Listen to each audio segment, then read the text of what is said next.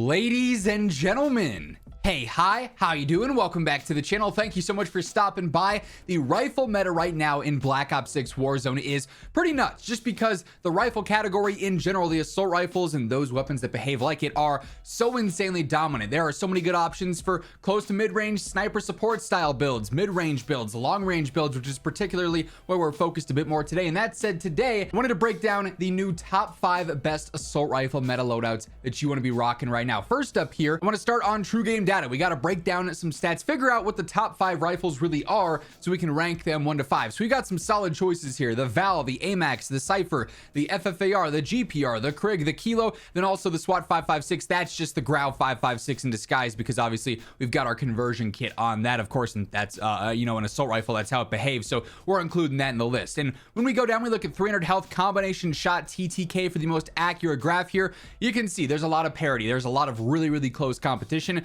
but we got to knock this down from 8 to 5. First up, I think, and keep in mind, all of these options are good here today. Just because your favorite maybe isn't in the top 5, that doesn't mean it's a bad choice. These are all fantastic rifles that you can exceed with for sure. But in terms of true competition, the Kilo is just a little bit behind. I mean, it's pretty obvious, our hot pink line here. It is insanely easy to use, and that's why it's still going to be a great choice, even though it's not top 5 worthy. Its TTK is just a little bit too slow. If you're good with some of these other options, it just won't stack up 1-to-1. The AMAX is one where it's kind of the inverse, at least for the first 58 or so meters. It's got one of the faster TTKs, especially, from 40 to about 58 meters, but its general control, its general feel here, I think just knocks it barely outside of the top 5. So that ultimately is one that I would knock off just a little bit as well. And then things, again, are pretty tight, but unfortunately, I do lean towards the GPR ever so slightly here, which is a bummer because I truly love the feel of the GPR. But you can see, while it is great in that first damage range of 33 meters, you can extend that out some with like a long barrel reinforced and whatnot.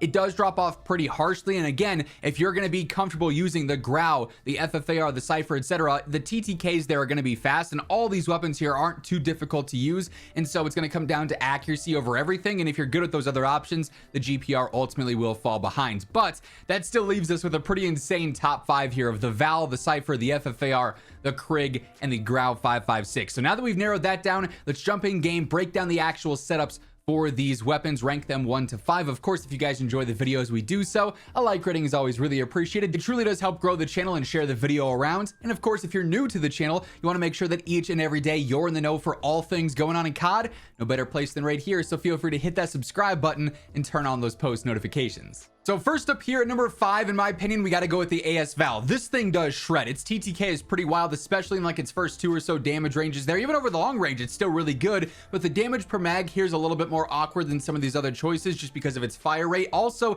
its general feel is a little bit different. The attachment setup's a little bit odd because it just doesn't have some of the other attachments that these other rifles will. And so it's just a different gun. It's a bit of a weirder gun, but it's not too difficult to get used to, and you can really excel with this thing. It's honestly one of the choices I've been rocking a lot as of late, kind of just to freshen things up here and there, because we really haven't touched too much on the AS Val so far this year. So first up here, I'm going for the irons. They're not too bad, they're not too great, they're just kind of usable in my opinion. Plus, I really feel like all these other attachments are pretty important. We do have integrated barrels here, so they're all suppressed and a base barrel in one here. Unfortunately, that does mean we are a little bit limited in the overall stats that we can achieve here. Stacking a reinforced and a monolithic and something else or something like that, but I do go for the suppressed reinforced. We need to put an 11-18 velocity and almost a 50 meter effective damage range, which will be solid for all the main engagements you want to get into with this thing.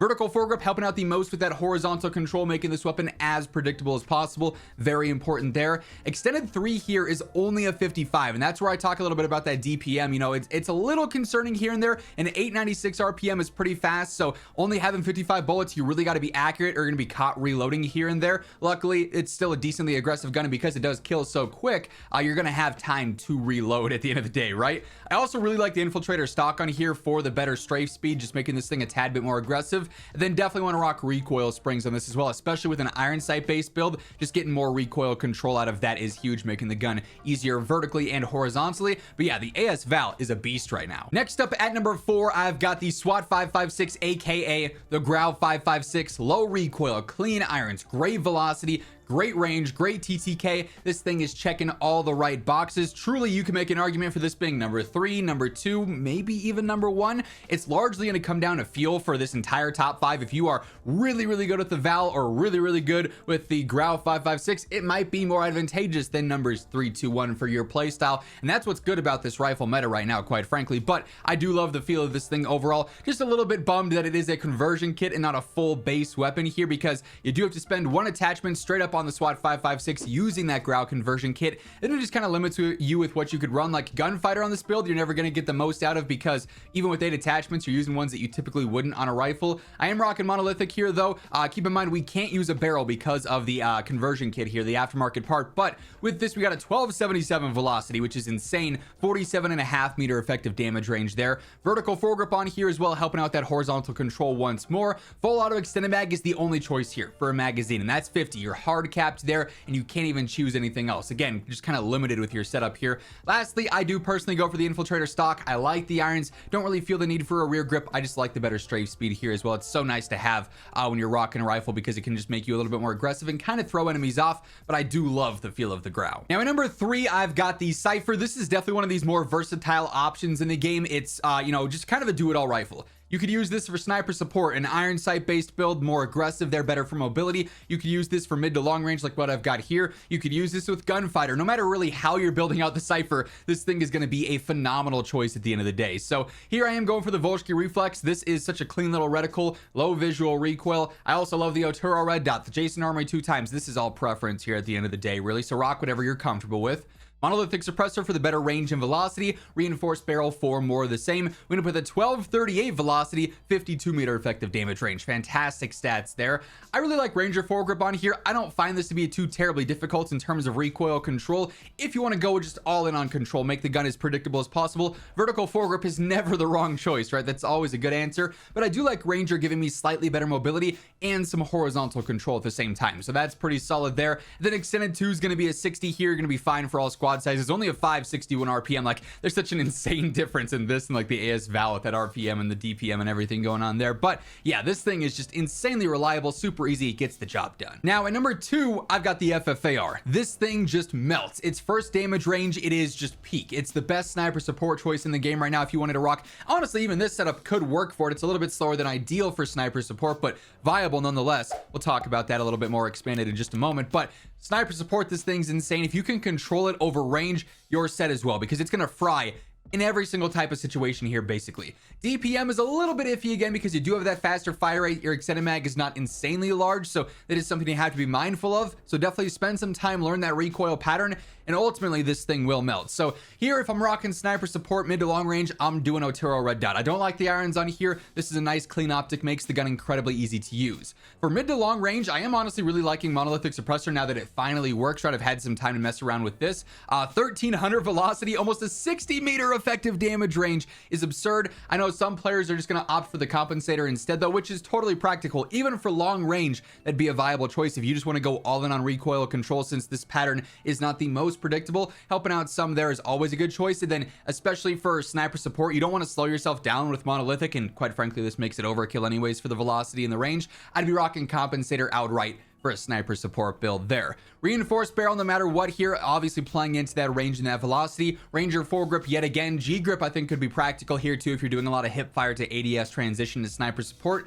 But for, you know, mid to long range, Ranger or vertical is going to be the go-to there. And then extended to a 60 rounder, a 938 RPM. Obviously it's going to be a little bit, like I said, iffy with the DPM, but usable for sure, sufficient if you know what you're doing. This thing is just such a fun build. And then lastly, to no one's surprise, the Krig. I think this thing absolutely has the strongest argument for being the #1 rifle in the game right now. Low recoil, insanely good TTK, dependable velocity, range, like it's doing everything at an extremely high level here. So this thing is definitely the go-to rifle in my opinion, but definitely rivaled by the FFAR, the GRAU, so on and so forth.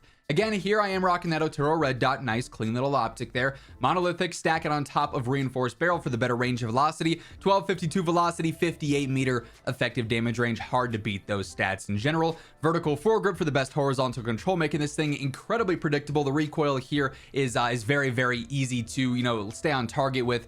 even if you're fighting 60, 70, 80 meters, it's not too difficult anymore like the Krig once was. And then lastly, extended 2 is going to be a 70 here, a little bit of a bump up compared to some of those other extended 2 options, which is always great. That's just a larger safety net. You can't go wrong with that, of course. So yeah, this thing is a beast, as are, like I said, all of these rifles, even some of those that we talked about on the graph here that didn't make the true top 5 are solid choices too. The rifle meta right now is just ultra competitive here, which ultimately is a pretty good thing to see. That is going to wrap things up though. If you guys enjoyed the video, be sure to drop a like on it. And if you're new to the channel, feel free to hit that subscribe button, turn on those post notifications so you can guarantee you're always up to date with everything going on in COD. But once again, thank you so much for tuning in, and until next time, take it easy, have an awesome rest of your day, and I'll catch you later. Peace out.